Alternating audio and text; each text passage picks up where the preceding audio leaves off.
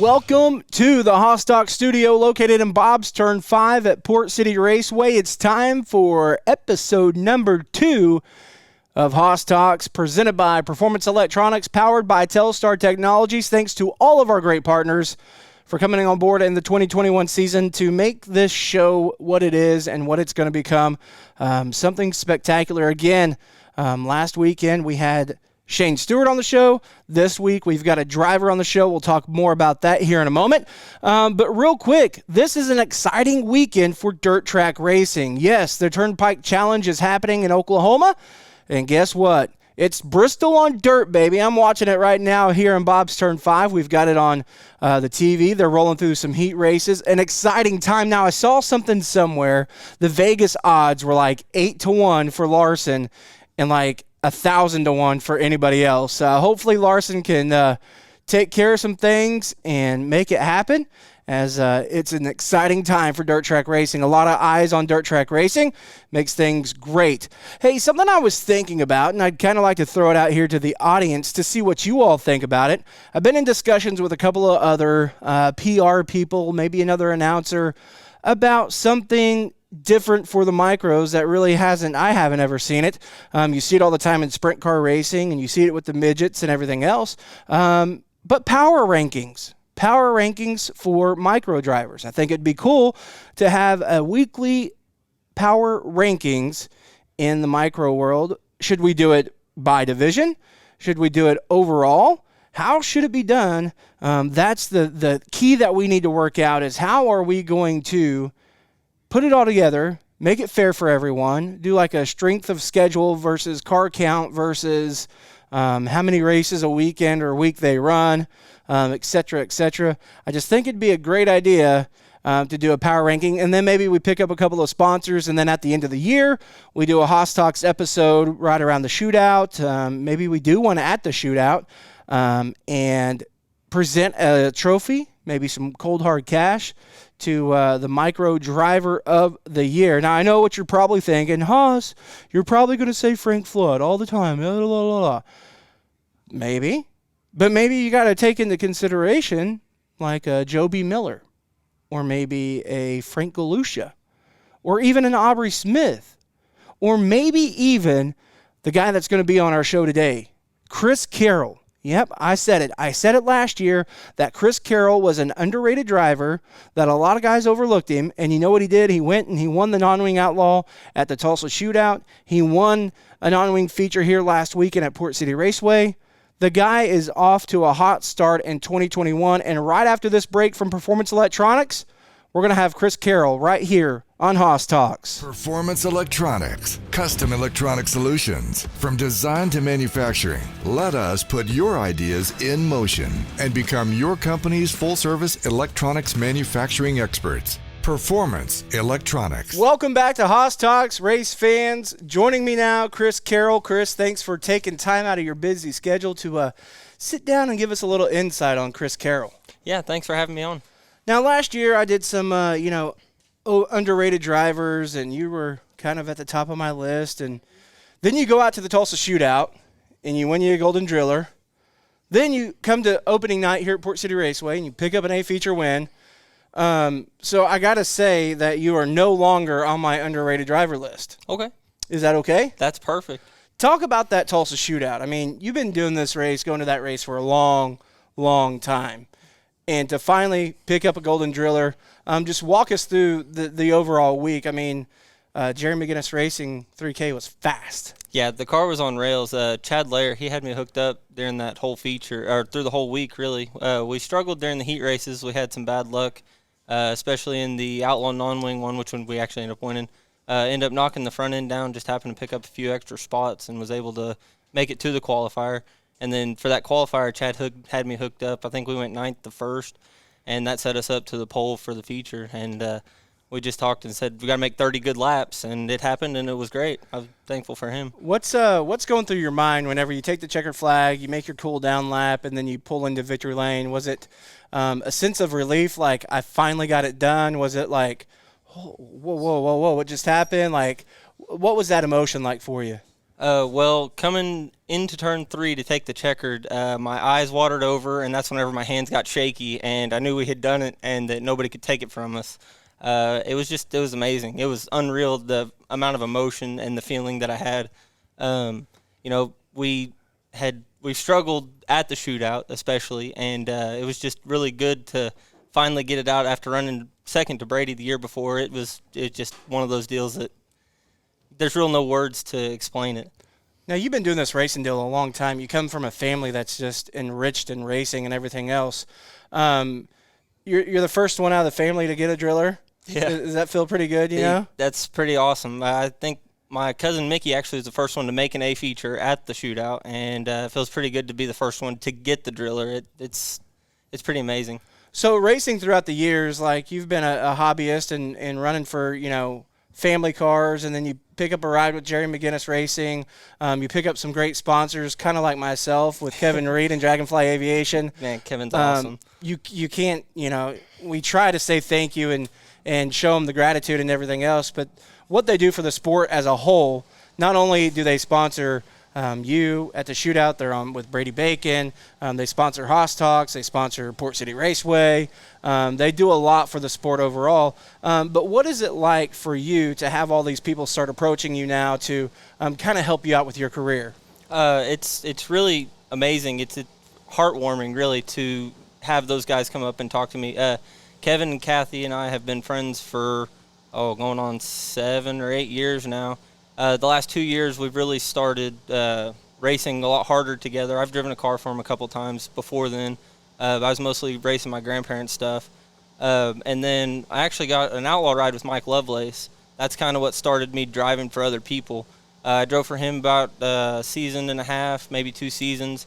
And then Jerry called me up one day because we parked on the back row with him for a few years. He's like, hey, I'm putting my outlaw car back together. Would you like to come run it for me on the weekends that you're not running for Mike Lovelace? I said, yeah, sure, that'd be great. Let me talk to Mike about it. And that's when Mike and we just went different ways. And that's whenever I started driving for Jerry full time. I ran his car as an outlaw car that first season. And then so we switched over to a non-wing car, and Chad's really been working hard to get that thing. It's on rails. It's week in, week out. One of the faster cars I've ever driven. And then, Kevin and Kathy, Kevin's just, here, open book, go race, go have fun. Yeah. I mean, he gave me a truck and trailer to go run with. We haven't got it out here yet, but they've given me everything that I've ever needed to go and do what we need to do. It's really awesome. Those guys are great. So that's where you're at right now. You're in what I would call a pretty good highlight of your career right now. You know, you're clicking off wins left and right, but it hasn't always been that way for you. I mean, when was it, at what age were you like, man, this is what I want to do. I want to be a race car driver. This is what I want to spend my weekends doing.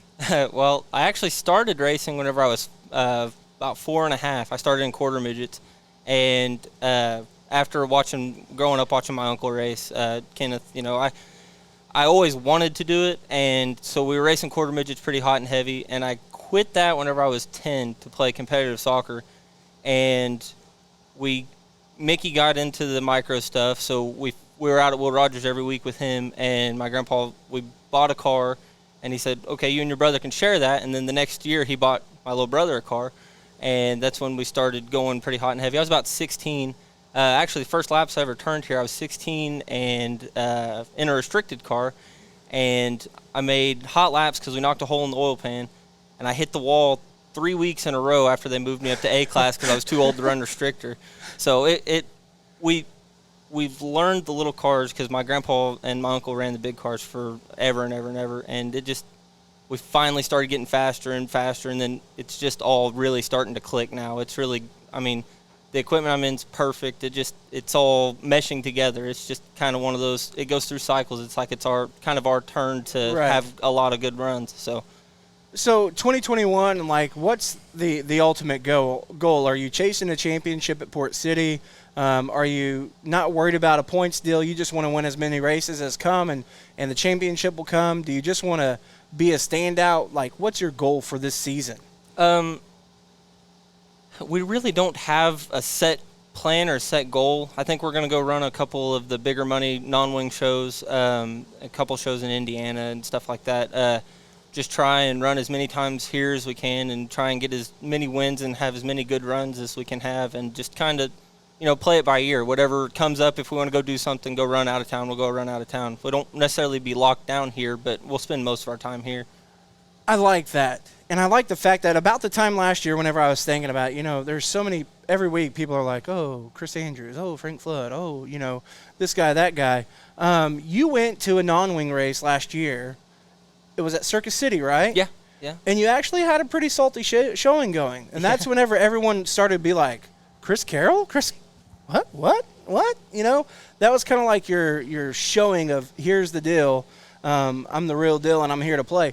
So to hear you say that you guys are going to go try and tackle some of that stuff again gets me excited, because I'm like, dude, that's my homeboy Chris from Port City, Yeah. That's pretty cool stuff. What was the track like for you there? I mean, going into it for your first time, whenever you go to a racetrack for the first time, what are some things that you're looking at? Are you watching videos? Are you one of the guys that's like getting on iRacing and downloading a track that's close to the configuration? Like, are you like, where's the flag stand? Yeah, there's lights in the turns, let's go. I actually watched videos because we talked about going to Circus City last year. I watched videos for about a month and a half or 2 months. I've never been on iRacing. I don't have an iRacing setup. I've never even sat down on an iRacing. I've never done it. I would love to, just never done it. I really don't have time with my boys because, I'm with them all the time. But I watched a lot of videos, and I knew whenever the track got wide, then we might have been in a little bit of trouble, but if it stayed on the bottom, we were going to be really good. And, the Friday night show there, we ended up going like 16th to 4th and ended up locking us in for Saturday night. And I think that was really the big run that we needed there, but it was just everybody got out of our way, and we kind of just stayed to the bottom, kind of like the shootout. We just rolled the bottom, and it all just clicked perfect. Now, whenever you say that, you rolled the bottom, are you the guy that would rather be up at the fence just knocking the boards down, kind of like your former teammate Sean Mahaffey? Or are you the guy that's like, hey, man, I'm down here fishing? I want to be down on the bottom. I'm getting better at it, but I'm not real comfortable running up on the fence. That's always been one of my weaker spots. And I would rather be on, like here, I'd rather be on the tires every single night. And, because it kind of makes you work for it a little bit more. And I'm a little timid whenever I have to run right against the fence. I always have been. So you bring up another good point. You say you like to be right around the tires. Are you one of those fans of the tires, having tires on the bottom, or would you rather have a berm, like at the shootout? It really doesn't make any difference to me. You have to run them completely different, because if you don't respect the tires, they're not going to respect you. They'll break your fingers for sure. You can drive the berm a little bit differently. I think the berm actually helps hold moisture down on the bottom more. But the tires, you can move them out and change the track up a lot with being able to move them. So, overall, I'd prefer tires. I think you can make more grooves with the tires. Now, you made mention of you're always with your boys. Outside of racing, even in racing, I mean, you're a big family guy. Yeah. Oh yeah. You, your wife, your boys, it's always good to see the boys coming through and mess with them and jack with them whenever they're coming through here. But outside of racing, like, how do you balance all of that? I mean, you have a wife, you have kids, you have race cars. Like, what's a normal week like for Kris Carroll? I mean, you got a job, you got bills to pay, A normal week, I pick up my oldest one from school, and Monday we generally head out to the shop, and if we didn't wash on Sunday, then we're washing, and he's playing outside or playing with one of the neighbor kids at my grandma's house. And generally it's a busy week. They recently started playing soccer, which I'm thrilled about. Today was both their first games, which was pretty comical. But so it's getting busier. But my wife's pretty awesome. She lets me do, if I need time or whatever, she'll take the boys. But generally, they're out in the shop with me helping out. Wives are like the unsung heroes in racing, really. I mean, if you look at behind every great race car driver that has the family, that wife is like a solid staple to make things happen. So shout out to all the race wives out there. Man, it's amazing to see just the balance and the workload. Like me, I don't have any kids, and I'm like, it's midnight, holy cow, I got to eat something or whatever. Like, you have 3 other mouths to feed, and I'm like, how do these guys do it, man? How do you get it done? So you say your kids are playing soccer. Is that something that like they just wanted to do, or were you like, hey, I played soccer, you can play soccer, and then or do you want them to be race car drivers? Are you going to let them pick and choose what they want to do? If they want to do it, I'm game for doing it. But once they start something, we're finishing the season. We're not going to quit in the middle of the season. I've never quit anything, but Right. they can. If they want to play football, we'll play football. If they want to play baseball, we'll play baseball. If they want to drive race cars, then we'll drive race cars. My youngest one, I don't think we have much of an option. I had my first quarter midget out the other day. I was just messing around with it, and he said, push me up and down the driveway. I had to push him up and down my grandma's driveway like 20 times. But between that and he's got a little yard go-kart that he loves to make laps on, we don't have much of a choice with him, I don't think. But my oldest one, I think he's going to be our sports player. Yeah. He really likes soccer. He really wants to play baseball, so I think that's our next venture. So we'll just kind of see what they want to do. So what's the job that what's your job like? What do you do for a living? I work on jet engines. I actually am a crew chief at BizJet in the test cell. So when the guys get done overhauling the jet engines, we run them. So I get to play with the loud stick. I get to make them run them up to power. It's one of the coolest feelings ever. Other than winning the Tulsa shootout, right? Yeah, Of course. Yeah, there's no comparing. So real quick, is Kris Carroll? Are you a early morning guy or a night owl? A mixture of both. I have to get up early for work. I'm generally at work by 5 o'clock every week or every day. So it's a mixture of both. If it was up to me, I'd rather sleep in and stay up real late. Yeah. But I can get up real early. There's a lot of weekends that we leave here at 1, 2 in the morning and work calls. I got to go in at 5. Yeah, some nights is rough, but most of the time I'd rather be late, I think. Are you a breakfast eater? Like, are you big on breakfast, or you like just skip over breakfast? Like, let's just wait till lunch. I wait till lunch. So big lunch, medium dinner, and then you're done. So you're not like, man, I gotta have breakfast to function. No.